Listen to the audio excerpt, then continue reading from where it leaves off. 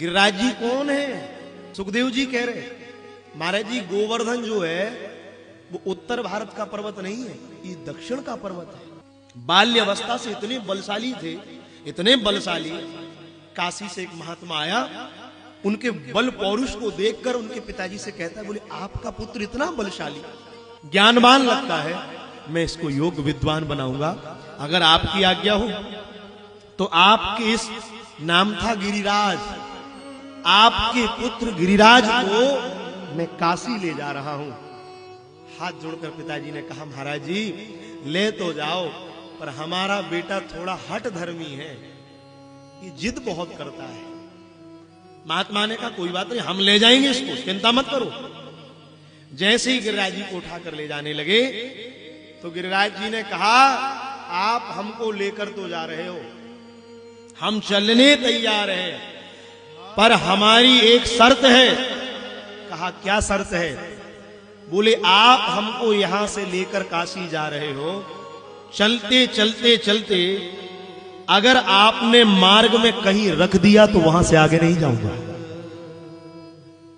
अब उन्होंने सोचा ये तो बालक है, विनोद कर रहा है, नहीं माने, उठाकर ले जाने लगे। और जैसे ही उत्तर भारत के परिक्षेत्र में ब्रजमंडल में आए, शरीर का वेग सताने लगा, भूमि पर पधराने लगे। गिरिराज जी ने कह दिया मुझे भूमि पर मत रखना, नहीं तो आगे नहीं जाऊंगा। पर शरीर का वेग इतना कष्ट दे रहा था कि रुक नहीं सकते थे। उन्होंने गिरिराज जी को भूमि पर पधरा दिया, पवित्र होकर आए और जैसे पवित्र होकर लौटे, उठाने लगे, उठने तैयार नहीं।